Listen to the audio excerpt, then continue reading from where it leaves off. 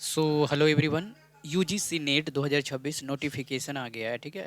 तो इस वीडियो में हम लोग बात करेंगे कि क्वालिफिकेशन क्या होता है, एज लिमिट क्या है, ठीक है, एग्ज़ाम कैसे होता है, सिलेबस क्या है, एग्ज़ाम पैटर्न कैसा रहेगा, कौन कौन दे सकता है। आप जो है वीडियो देख रहे हो तो आप लाइक कर सकते हो या नहीं, क्या है, ठीक है। तो लास्ट अपडेट यानी कि लास्ट डेट अप्लाई का क्या है। तो सबसे पहले देख लेते हैं कि ये जो नोटिफिकेशन आया 29 अप्रैल को आया, ठीक है। और ये 20 मई तक जो है लास्ट डेट है, रात के 11:30 बजे तक। तो आपको क्या करना है कि 20 मई के बाद अगर फीस जमा करने का ये अंतिम तिथि है, तो 24 और 22 से 24 मई फॉर्म का जो है करेक्शन विंडो निकलेगा, ठीक है। तो अभी लास्ट डेट का वेट मत करें। अगर आप एलिजिबल हो, वीडियो के बाद देखने के बाद अगर आप एलिजिबल हो तो अप्लाई कर देना, ठीक है दोस्तों। और फिर जो एग्ज़ाम का भी डेट निकल चुका है, यो 10 जून के एग्ज़ाम सिटी की जानकारी आपको मिल जाएगी, ठीक है। यानी कि आपको किस शहर में एग्ज़ाम देना है। उसके बाद जो है 22 से लेके 30 जून की जो है एग्ज़ाम डेट होगा, ठीक है। यानी कि एग्ज़ाम आप दोगे, ठीक है। अब ये जो है सीबीटी फॉर्म में होगा, यानी कि कंप्यूटर बेस्ड टेस्ट होगा। और टाइम आपके पास कितना रहेगा, बिल्कुल 180 मिनट, जो कि 3 घंटे होते हैं। 3 आवर आपको जो है 2 पेपर देने होते हैं, और यही 3 घंटे में आप 2 पेपर दे सकते हो, ठीक है।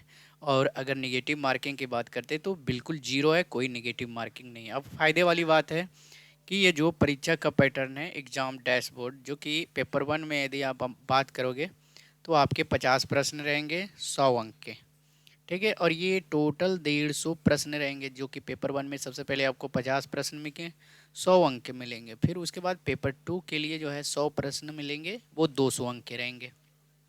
तो सभी प्रश्न अनिवार्य है, प्रत्येक सही उत्तर के लिए आपको 2 अंक दिया जाएगा, कोई ब्रेक नहीं होगा, ठीक है। मतलब बीच में कोई ब्रेक नहीं, 3 घंटे बैठ के आपको देना होगा।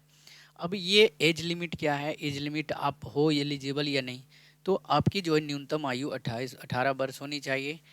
नो अपर एज लिमिट, चाहे आप 50 या 60 साल के हो, आप एग्ज़ाम दे सकते हो, ठीक है। इसमें कोई अपर एज लिमिट नहीं है, बस मिनिमम जो है 18 साल रहना चाहिए। असिस्टेंट प्रोफेसर का जॉब है नीट के थ्रू। जीआरएफ बनोगे जूनियर रिसर्च फेलोशिप के लिए, तो ये मैक्सिमम 30 ईयर्स जो है जनरल मेल कैंडिडेट के लिए है, मैक्सिमम 35 ईयर्स। अब बात करते हैं कि कौन दे सकता है एग्ज़ाम। तो यदि आपने पीजी कर रखे हैं, ठीक है, कोई भी सब्जेक्ट में, बस आपके कम से कम 55% जो है मार्क्स होने चाहिए। अगर आप रिजर्व कैटेगरी में हो तो मास्टर में कम से कम 50%, ठीक है। तो ये 5% की छूट होती है, जैसे कि एससी, एसटी या फिर हैंडीकैप्ड हो, ठीक है। और जो भी कॉलेज से आपने पीजी कर रखे हैं, ठीक है, तो पहले चेक कर ले कि आपकी यूनिवर्सिटी जो है यूजीसी के ब्लैक लिस्ट या अमान्य लिस्ट में तो नहीं है, ठीक है। अगर आपकी यूनिवर्सिटी ही ब्लैक लिस्टेड है तो वो नीट के लिए अमान्य होगा, ठीक है दोस्तों। अब देखते हैं कि नीट और जेआरएफ में क्या अंतर है। तो अगर आप वनली नीट देना चाहते हो या वनली जेआरएफ देना चाहते हो या फिर दोनों देना चाहते हो, तो केवल असिस्टेंट प्रोफेसर के लिए योग्यता सिर्फ सर्टिफिकेट मिलता है, और टॉप 6% मेरिट लिस्ट में आपको जो है रखा जाएगा। अगर आप जेआरएफ की परीक्षा देते हो तो पीएचडी के लिए फेलोशिप आपको मिलेगा, असिस्टेंट प्रोफेसर की योग्यता मिलेगी, सर्टिफिकेट के साथ साथ हर महीने सरकार से रिसर्च के लिए आर्थिक मदद भी आप ले सकते हो। ऐसे बोलोगे कि मुझे रिसर्च करना है ये सब के लिए, ठीक है, तो आपको जो है आर्थिक सहायता भी जेआरएफ के थ्रू दिया जाएगा। टॉप 6% के भी, टॉप 6% अत्यंत हाई कट ऑफ इसमें रहता है। तो आप 6% की मेरी लिस्ट में आ पाते हो या नहीं, ये खेल यहाँ पे होता है, ठीक है, कट ऑफ में।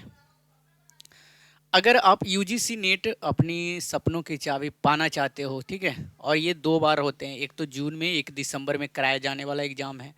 तो यदि आप जून में नहीं निकाल पाते हो तो दिसंबर वाले एग्ज़ाम दे सकते हो।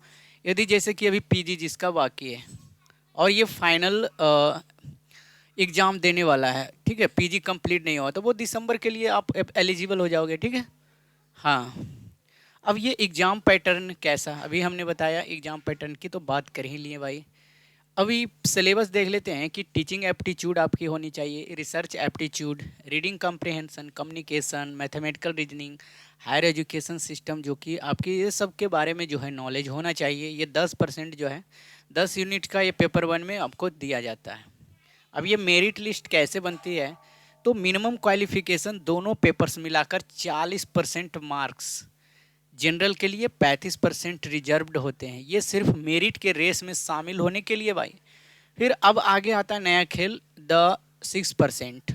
ये जो होता है रूल, अगर 40% लाने वाले कुल छात्रों में से आप 6% में हो, ठीक है, ऊपर के 6% के, तो नेट पास माना जाएगा।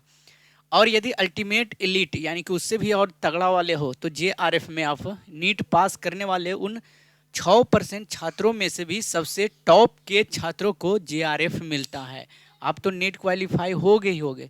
अगर आप जेआरएफ लेना चाहते हो तो आप भी उसमें टॉप कैटेगरी में रहना पड़ेगा। कैटेगरी मतलब जो है आपकी कट ऑफ होना चाहिए, ठीक है दोस्तों, ये मैं बोलना चाह रहा हूँ।